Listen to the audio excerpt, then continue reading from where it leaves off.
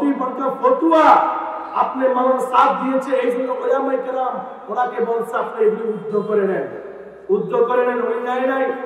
দারুল উলুম দেওবন্দ ওনাকে 18 বছরে 18 বার ডাকছে, উনি যায় নাই। তারপরে বাংলাদেশে উনি আসছে, আসার পরে উলামায়ে কেরাম কিছু বলে নাই। চরমনের নায়েবে আমিরুল মুজাহিদিন বহু আগে বলেছিল মাওলানা সাদ সাহেব ইলিয়াস সাহেব রহমাতুল্লাহ আলাইহি যে তাবলীগ, মাওলানা সাদ সাহেবের তাবলীগ এক নয়। ওনার ইলিয়াস সাহেবের তাবলীগ যে কাজ করেছিল মাওলানা সাদের তাবলীগ সে কাজ করে না, এই জন্য আমরা মাওলানা সাদ সাহেবকে মানতে পারি না। চরমনের নায়েবে আমির সাহেবকে নিয়ে অনেক বাজে মন্তব্য করেছে, কিন্তু বহু বছর আগে আর বহু বছর পরে চরমনায় চুপ থাকার কারণে বাংলাদেশের কওমি উলামায়ে কেরামরাই এখন মাওলানা সাদের বিরুদ্ধে কলম ধরেছে। এই জন্যই ফতোয়াগুলি দেওয়ার কারণে, এই ফতোয়াগুলি আপনি উদ্যোগ করে নেন, তওবা করে নেন, আপনি বাংলাদেশে আসতে পারবেন। হ্যাঁ, আমরা মাওলানা সাদ সাহেবকে আসতে দিতাম, উনি যদি তওবা করত। এখন আসতে তো দূরের কথা, বাংলাদেশে উনি পাওয়া দিতে পারবে না যতক্ষণ পর্যন্ত মাদ্রাসা ছাত্রদের বিচার না হওয়া আগ পর্যন্ত এই বাংলাদেশে মাওলানা সাদকে ঢুকতে দেওয়া হবে না। তাহলে আমাদের মূল কথা একটাই, কোরআন পড়নেওয়ালারা আলেমদেরকে নবীগণের মতো মহব্বত করব। মাওলানা সাদ উলামায়ে কেরামদের উপরে নির্যাতন করার কারণে আমরা মাওলানা সাদকে এখন দূর দূর করে তাড়িয়ে দিয়েছি। আলেমদের বাইরে ওই আলেমদের কাতার নয়, আলেমদের কাতারে যারা আছেন এই আলেমদেরকে পাইলেই নবীগণের মতো মহব্বত করবেন। আর মাওলানা সাদ সাহেব তো বলে নবীওয়ালা কাজ করে, নবীওয়ালা কাজ মাওলানা সাদ সাহেব করে না, নবীওয়ালা কাজ বর্তমানে উলামায়ে কেরামরাই করে। আপনি কি মনে করছেন তবলিগে যাইলে 3 দিন সময় দিলে নবীওয়ালা কাজ হয়ে যায়? আরে দূরের কথা নিয়ে মাদ্রাসা ছাত্রদেরকে যে হাদিসগুলি শিক্ষা দেয়, কোরআনগুলি যে শিক্ষা দেয়, কোরআনের এক একটা অক্ষর যে শিক্ষা দেয়, কিভাবে নামাজ, কিভাবে রোজা, কিভাবে হজ, কিভাবে যাকাত, এগুলি ইত্যাদি আমাদের কিভাবে করতে হয়, এইগুলি যেন শিক্ষা মাদ্রাসার উলামায়ে কেরামরা দেয়। এই আপনি তো দূরের কথা, নবীওয়ালা কাজ তো উলামায়ে কেরামরাই মাদ্রাসা থেকেই করে, কথা বলেন ঠিক কিনা? এজন্য আমাদের করণীয়, আমরা নবীওয়ালা কাজ করব, আমরা উলামায়ে কেরামদেরকে সাথে রেখেই করব। রাজি আছি তো? যালিকাল কিতাবু লা রাইবা ফিহি হুদাল লিল মুত্তাকিন। وقال النبي صلى الله عليه وسلم خيركم من تعلم القرآن وعلمه صدق الله المولانا العظيم وصدق رسوله النبي الأمي الكريم محمد نے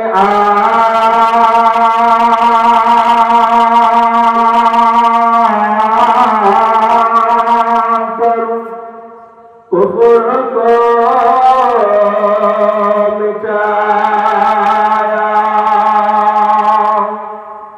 کفر کو مٹا کر صداقت بتایا، لا إله إلا الله، لا إله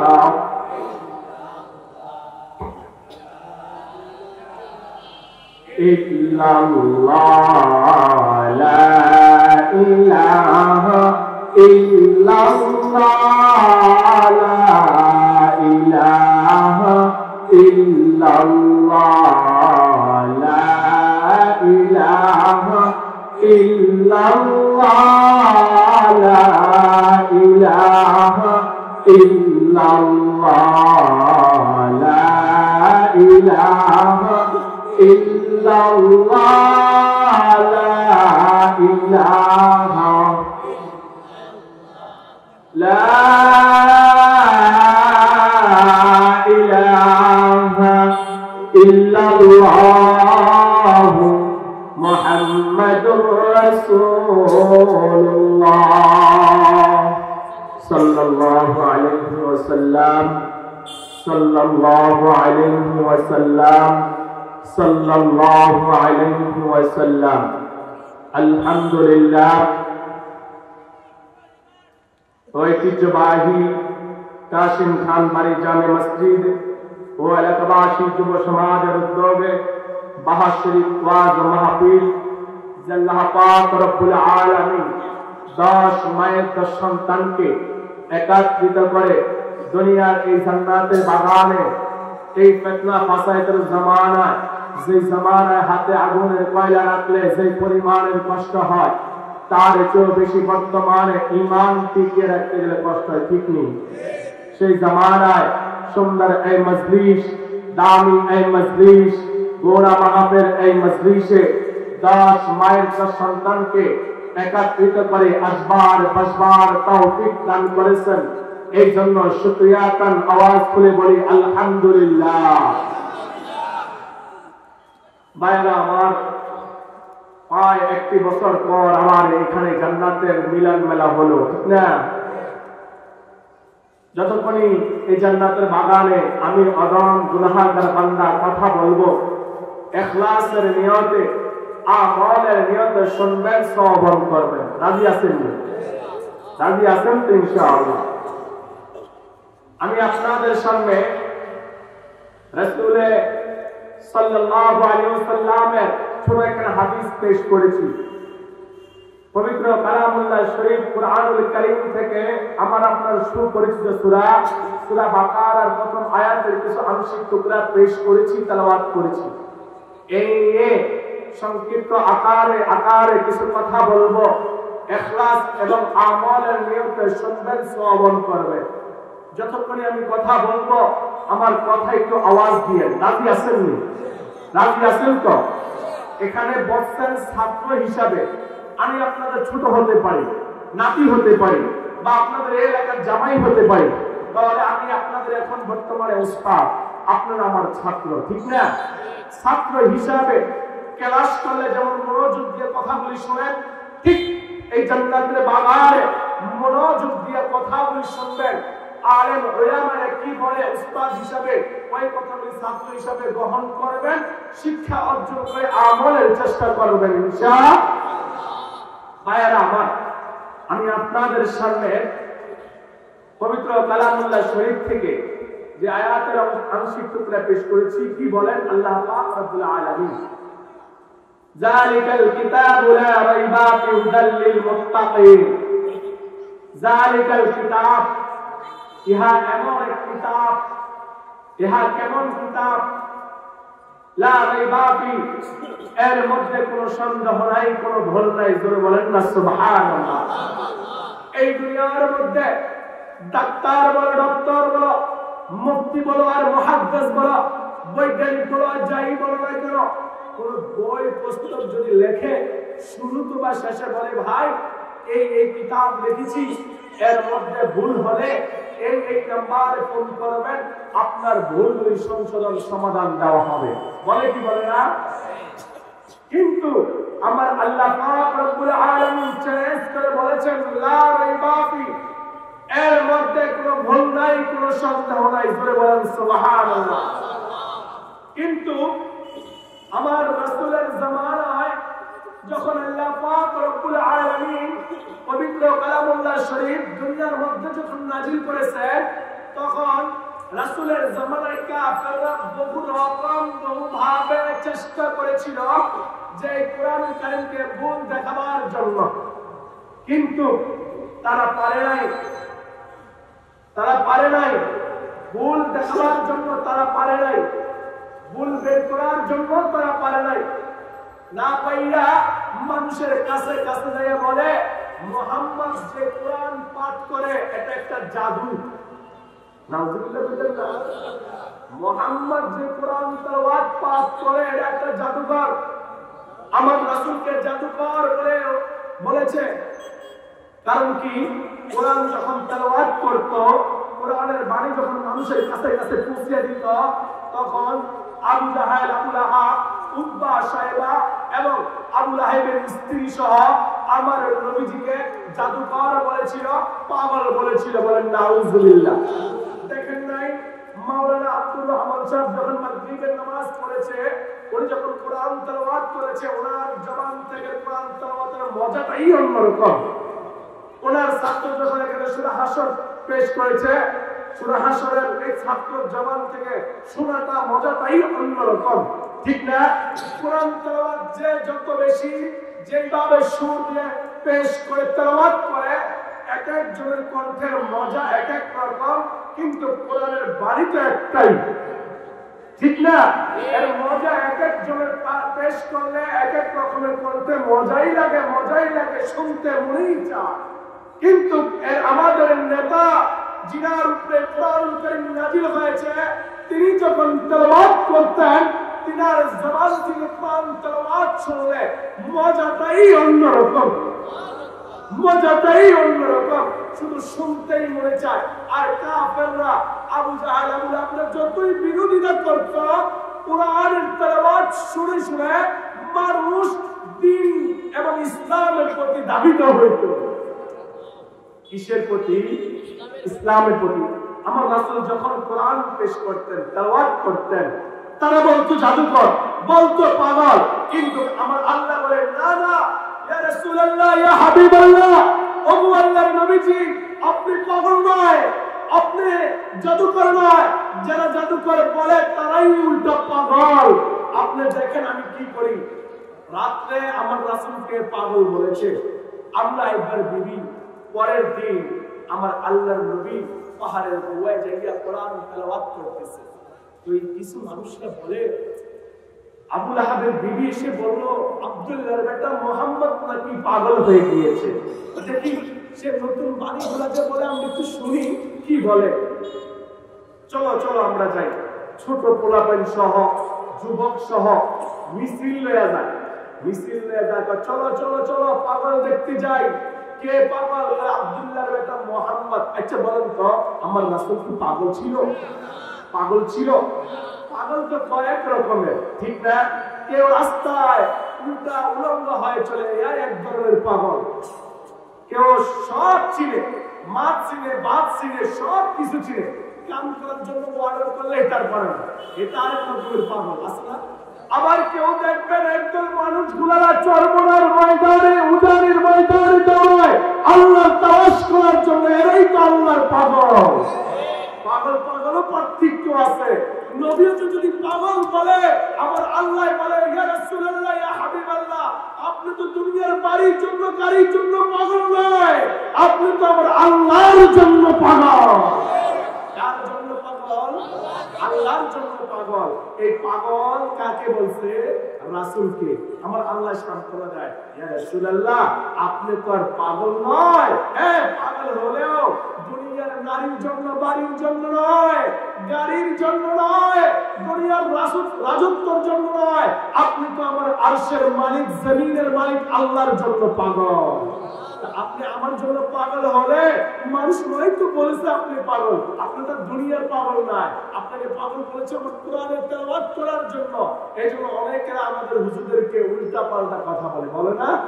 হ্যাঁ, এক একজনের এক এক রকমের কথা আমাদেরকে বলে, কিন্তু আমার আল্লাহ সান্ত্বনা দিয়ে বলে, আপনি তো আর দুনিয়ার মানুষের পাগল নয়, আপনি তো আমার পাগল। কোরআন তেলাওয়াত যখন করার পরে দিয়ে আরবের লোকেরা অর্থ তো কিছু হলেও বুঝে, বলে চুপ করো, দেখি মুহাম্মদ কি পেশ করতেছে, কি শুনতেছে, গুনগুনের আওয়াজ আল্লাহ রাসূলের জবান থেকে শুনতেছে মধুর সুরে, আলিফ লাম মিম।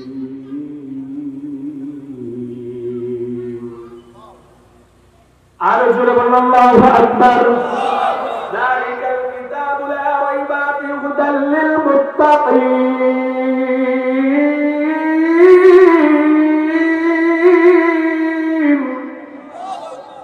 যখন তেলাওয়াত করে আরবের মানুষগুলোরা কিছু হলেও তো বুঝে, বলতেছে যালিকাল কিতাব, লা রাইবা ফিহি, এর মধ্যে কোনো সন্দেহ নাই, কোনো ভুল নাই, হুদাল লিল মুত্তাকিন, এই কিতাবটা মুত্তাকিনদের জন্য, পরহেজগার লোকদের জন্য, আল্লাহওয়ালার জন্য। তবে কাফেররা যখন বুঝলো পরে যুদ্ধ এত দুনিয়ার কোনো বাণী নয়, দুনিয়ার কোনো বাণী নয়, এই বাণী হচ্ছে আমার আসমানের মালিক, আমার জমিনের মালিক আমার আল্লাহ। এটা তো দুনিয়ার কোনো মানুষের বানানো নয়। ওগো আল্লাহর রাসূল, আমরা বুঝে ফেলেছি আপনি যে আখিরি জামানার নবী, শেষ নবী। ইয়া রাসূলুল্লাহ, ইয়া হাবিবাল্লাহ, আপনি আমাদেরকে কালিমা পড়ায়া মুসলমান বানায়া দেন। আল্লাহর রাসূলের হাতে হাত রেখে মুসলমান হয়ে গেল। রাষ্ট্র করলো বিরোধীরা, আবু লাহাবের বিবি পরের দিন সকালবেলা পাগল দেখতে যাইয়া কালিমা পড়ে মুসলমান হয়েছে। এই জন্য কোরআনের ভুল রিসার্চ করতে যাইয়া বেদিনরা, কোরআনের ভুল রিসার্চ করতে যাইয়া বেদিনরা কালিমা পড়ে মুসলমান হয়ে যায়। তাহলে বোঝা গেল এই কিতাব এমন এক কিতাব, লা রাইবা ফিহি, এর মধ্যে কোনো কি নাই, সন্দেহ নাই, কোনো ভুল নাই। এবার আসেন, এই কিতাবের নাম কি? আওয়াজ দিয়ে বলেন কোরআনুল কারীম। এই কোরআনুল কারীম যারা শিক্ষা করবে তাদের জন্য কি, যারা শিক্ষা দিবে তাদের জন্য কি, এই নিয়ে কিছু কথা বলবো। কোরআনুল কারীম শিক্ষা করা আমার আপনার জন্য, যদি মুসলিম দাবি করে, যদি বলেন হুজুর আমি মুসলমান, আমি দাবি করলাম, তাহলে আপনি মুসলমান দাবি করলে আমি রাসূলের হাদিস অনুযায়ী বলবো। যদি তুমি মুসলিম দাবি করো, মুসলিম অনুযায়ী এই কোরআনুল কারীম শিক্ষা করা তোমার আমার জন্য ফরজ। قال رسول الله صلى الله عليه وسلم طلب العلم فريضة على كل مسلم। প্রত্যেক নর-নারীর উপরে কোরআনুল কারীম শিক্ষা করা ফরজ। কি শিক্ষা করা? কোরআন শিক্ষা করা ফরজ। ও আল্লাহর বান্দারা, এই কোরআন শিখলে কি হয়?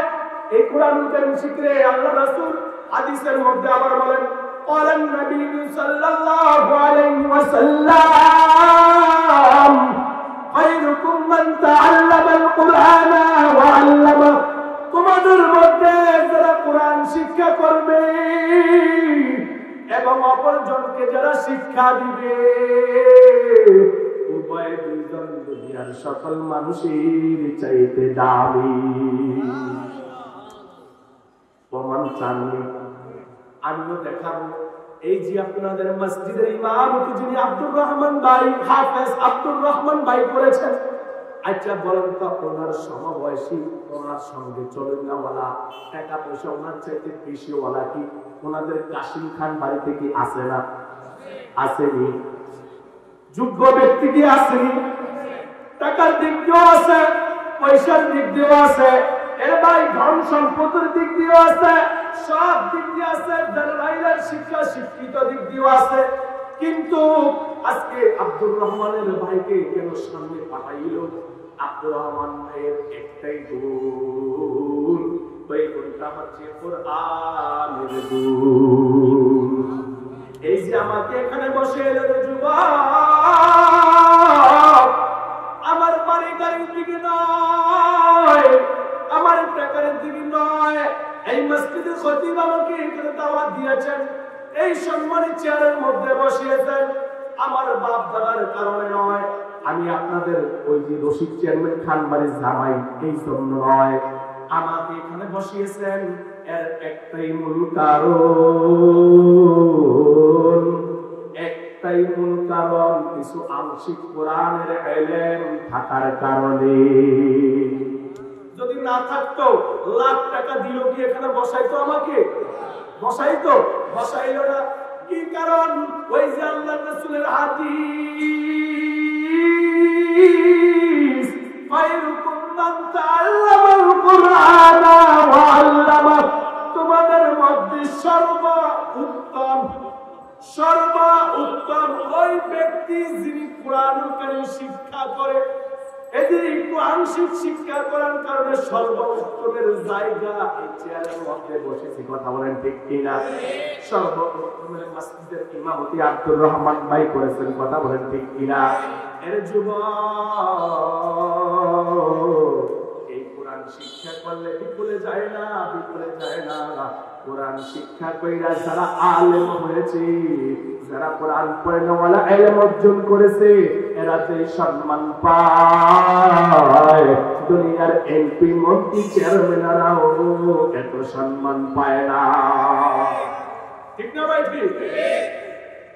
কোরআন পড়ে ওয়ালা এরা হয় আলেম। এই আলেমদেরকে তোমরা যারা আলেম হইতে পারো নাই, যারা আলেম হইতে পারো নাই, সময় খুব কম। এই যে আমি একটু বলি আপনাদেরকে,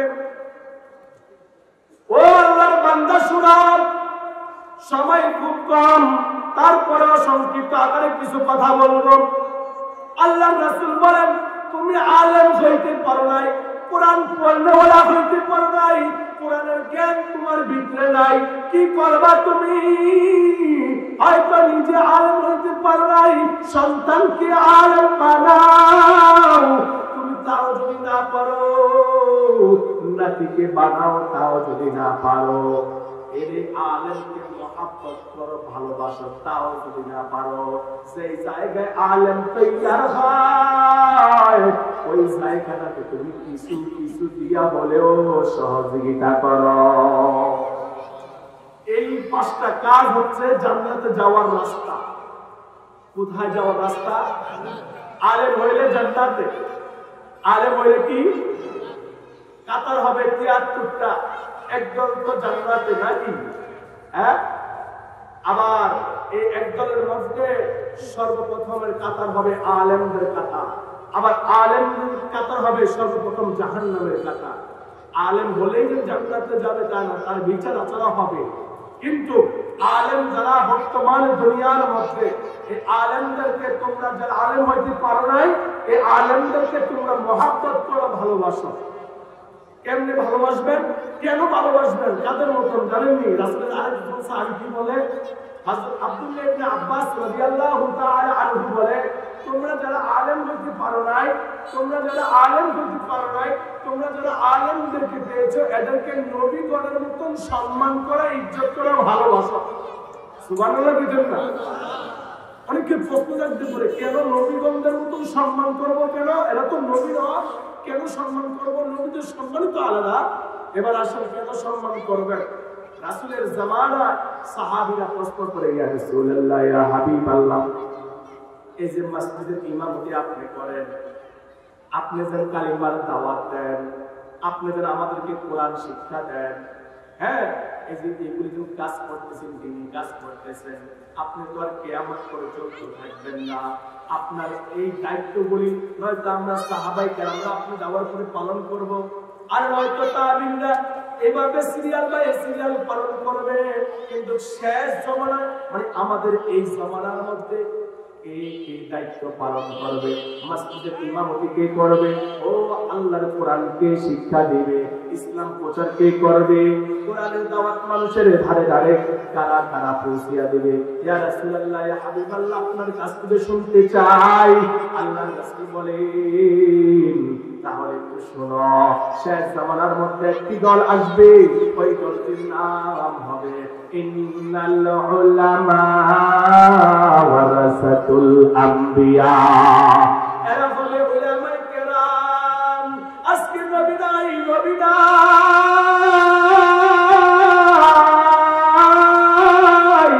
এই মসজিদের ইমামতি দায়িত্ব পালন করে কে? খুতবা দেয় কে? ঈদগাহ ঈদের নামাজ কে পড়ায়? কোরআনের শিক্ষা মানুষের দ্বারে দ্বারে কে গো দেয়? আমরা সব থেকে বিবেচনা করে দেখলাম, এই দায়িত্বগুলি একমাত্র উলামায়ে কেরাম পালন করে। এই দায়িত্ব ছিল নবীর, এই দায়িত্ব ছিল নবীর, এই দায়িত্ব ছিল নবীগণদের। এই দায়িত্বগুলি আজকে নবী নাই, নবী নাই। আজকে দায়িত্বগুলি পালন করে কোরআন পড়নেওয়ালা আলেম উলামায়েরা। এই জন্যই আব্দুল্লাহ ইবনে আব্বাস রাদিয়াল্লাহু তাআলা আনহু বলেন, তোমরা যারা নবী পাও নাই, তোমরা যারা নবী পাও নাই, তোমরা যারা নবী পাও নাই, এরা উলামায়ে কেরামদেরকে পেয়েছো। এই উলামায়ে কেরামদেরকে তোমরা নবীগণের মতন সম্মান করো, ইজ্জত করো। এবার আসেন, উলামায়ে কেরামদেরকে কি আমরা নবীগণের মতন সম্মান করি? হ্যাঁ করলে টঙ্গীর ময়দানে উলামায়ে কেরামদের উপরে আঘাত করেন কেন? করলে উলামায়ে কেরামদেরকে বাদ দিয়ে কেমনে তাবলীগ জামাতের আপনি কাজ করতে চান? আপনারা কথা বললেন যে নবী নাই, নবীর দায়িত্বগুলি সাহাবীর কথা থেকে শুনে উলামায়ে কেরাম পালন করে উলামায়ে কেরামকে মাইনাস করে আপনি তাবলীগের আমির হতে চান কেমন করে? আপনি উলামায়ে কেরামদেরকে মারধর করে টঙ্গীর ময়দান থেকে খাদিয়ে দিচ্ছেন। আপনার এত বড় স্পর্ধ সমাজ কে দিয়েছে? এই বাংলার জমিনের মধ্যে উলামায়ে কেরাম বেঁচে থাকতে মাওলানা সাদকে আর সাদপন্থীদেরকে টঙ্গীর ময়দানে ঢুকতে দেওয়া যাবে না। একমাত্র উলামায়ে কেরাম ছাড়া তাবলীগের কাজ অন্য কেউ করতে পারবে না। তুমি তাবলীগে 7 চিল্লা, এক চিল্লা দিয়া, 2 চিল্লা দিয়া বলো তুমি তাবলীগের সব শিখে বলছো। বেটা তোকে যদি ডাক দিয়ে বলি সূরা ফাতিহাটা কর, শুদ্ধ করে কইতে পারবো না। আলেমদের বিরুদ্ধে কথা বলো, আরে বেটা শুনে রাখো, যারা কোরআন পড়নেওয়ালার বিরুদ্ধে কথা বলে, কোরআন বিরুদ্ধে কথা বলে, তারা আমার নবীজির বিরুদ্ধে কথা বলে। যারা নবী বিরোধী তারা আল্লাহ বিরোধী। আমরা বুঝে পেরেছি মাওলানা সাদ কোরআন পড়নেওয়ালা আলেম হলেও কিন্তু তিনার যে ইলম ছিল ওই ইলম মাইনাস হয়ে গিয়েছে। যদি থাকতো সত্য কোরআন সুন্নাহ অনুযায়ী তিনি চলতে, কথা বলেন ঠিক কিনা? আজকে ওনার ভিতরে সেই ইলম নাই, না থাকার কারণে উল্টা পাল্টা ফতোয়া দিয়ে আমরা তো অনেক জানি না আমরা কেন মাওলানা সাদ সাহেবের বিরোধিতা করি। আর আপনি শুনেন, বেশি কথা বলবো না, 2-4টা কথা বলবো ওনার বিরুদ্ধে। যে ওনার বিরুদ্ধে কেন আমরা করি, 1 নম্বরে উনি বলেছে যে ক্যামেরা মোবাইল আছে না, এই ক্যামেরা মোবাইলে কোরআন শরীফ দেখে দেখে পড়া নাজায়েজ ফতোয়া দিয়ে দিয়েছে উনি, এবং বলেছে যারা ক্যামেরা মোবাইল ব্যবহার করে এদের নামাজ হবে না, ফতোয়া উনি দিয়েছে। এরপর আবার বলেছে মসজিদে ইমামতি করে, মাদ্রাসা চাকরি করে, জিনারা বেতন নেয়, ওনাদের চাইতে সবার আগে বেশ্যারা জান্নাতে প্রবেশ করবে। নাউজুবিল্লাহ। কি করবে? বেশ্যারা জান্নাতে প্রবেশ করবে। আর মসজিদের ইমাম বহু পরে যায় জান্নাতে যাবে। আল্লাহ দিলে তবে দেখছেন কেন? মসজিদে চাকরি করে বেতন নেওয়ার কারণে। আচ্ছা আপনারা বলেন উলামায়ে কেরাম কি কয় যে আমি নামাজ পড়াইয়া আপনাদের কাছ থেকে হাদিয়া নিতেছি? আর আপনি কি হাদিয়া দিবেন? উলামায়ে কেরামের দাম কত, পাওয়ার কত আপনি জানেন? আল্লাহর রাসূলের জামানায় সাহাবীরা প্রশ্ন করে দুনিয়ার মধ্যে সবচাইতে বড় লোক কোন ব্যক্তি? আল্লাহর রাসূল উত্তর দিয়া বলে যার ভিতরে কোরআনের ইলম আছে তার চাইতে বড় লোক এই সমাজে আর কেউ নাই। এই সমাজে আর কেউ নাই। তুমি কিসের কোটিপতি হয়েছো? তুমি কিসের কোটিপতি হয়েছো মিয়া? তোমার চাইতে বড় লোক হচ্ছে যার ভিতরে কোরআনের ইলম আছে। ওনার চাইতে বড় লোক এই সমাজে আর নাই। তোমার টাকা সকালে আছে বিকালে নাও থাকতে পারে, কিন্তু কোরআন পড়নেওয়ালার ইলমের সিনার মধ্যে কিয়ামত পর্যন্ত থাকবে। শুধু কিয়ামত পর্যন্ত শুধু থাকবে না, এই হাফিজে কোরআনের জবান থেকে আমার আল্লাহ তেলাওয়াত শুনবে। তেলাওয়াত শোনার পরে আমরা যেমন তেলাওয়াত শোনার পরে পাত্রী প্রদান করি না, কিয়ামতের ময়দানে হাফিজে কোরআনের তেলাওয়াত শুনে আমার আল্লাহ নূরের টুপি, নূরের পাগড়ি পরায়া দিবে। আর এই আলেমদেরকে মসজিদে ইমামতি করলে, টাকা নিলে আর বেশ্যারা জান্নাতে যাবে। এই মদদি মার্কা ফতোয়া আপনি মাওলানা সাদ দিয়েছে, এই জন্য উলামায়ে কেরাম ওনাকে বলছে আপনি এগুলো উদ্ধ করে নেন, উদ্ধ করে নেন। উনি যায় নাই। দারুল উলুম দেওবন্দ ওনাকে 18 বছরে 18 বার ডাকছে, উনি যায় নাই। তারপরে বাংলাদেশে উনি আসছে, আসার পরে উলামায়ে কেরাম কিছু বলে নাই। চরমনের নায়েবে আমিরুল মুজাহিদিন বহু আগে বলেছিল মাওলানা সাদ সাহেব, ইলিয়াস সাহেব রহমাতুল্লাহ আলাইহি যে তাবলীগ, মাওলানা সাদ সাহেবের তাবলীগ এক নয়। ওনার ইলিয়াস সাহেবের তাবলীগ যে কাজ করেছিল মাওলানা সাদের তাবলীগ সে কাজ করে না। এই জন্য আমরা মাওলানা সাদ সাহেবকে মানতে পারি না। চরমনের নায়েবে আমির সাহেবকে নিয়ে অনেক বাজে মন্তব্য করেছে, কিন্তু বহু বছর আগে আর বহু বছর পরে চরমনায় চুপ থাকার কারণে বাংলাদেশের কামে উলামায়ে কেরামরাই এখন মাওলানা সাদের বিরুদ্ধে কলম ধরেছে। এই জন্যই ফতোয়াগুলি দেওয়ার কারণে। এই ফতোয়াগুলি আপনি উদ্যোগ করে নেন, তওবা করে নেন, আপনি বাংলাদেশে আসতে পারবেন। হ্যাঁ, আমরা মাওলানা সাদ সাহেবকে আসতে দিতাম, উনি যদি তওবা করত, এখন আসতো তো দূরের কথা, বাংলাদেশে উনি পাওয়া দিতে পারবে না যতক্ষণ পর্যন্ত মাদ্রাসার ছাত্রদের বিচার না হওয়া আগ পর্যন্ত এই বাংলাদেশে মাদ্রাসাকে ঢুকতে দেওয়া হবে না। তাহলে আমাদের মূল কথা একটাই, কোরআন পড়নেওয়ালারা আলেমদেরকে নবীগণের মতো মহব্বত করব। মাওলানা সাদ উলামায়ে কেরামদের উপরে নির্যাতন করার কারণে আমরা মাওলানা সাদকে এখন দূর দূর করে তাড়িয়ে দিয়েছি। আলেমদের বাইরে ওই আলেমদের কাতার নয়, আলেমদেরকে আপনারা যারা আছেন এই আলেমদেরকে পাইলেই নবীগণের মতো মহব্বত করবেন। আর মাওলানা সাদ সাহেব তো বলে নবীওয়ালা কাজ করে, নবীওয়ালা কাজ মাওলানা সাদ সাহেব করে না, নবীওয়ালা কাজ বর্তমানে উলামায়ে কেরামরাই করে। আপনি কি মনে করছেন তবলিগে যাইলে 3 দিন সবাই দিলে নবীওয়ালা কাজ হয়ে যায়?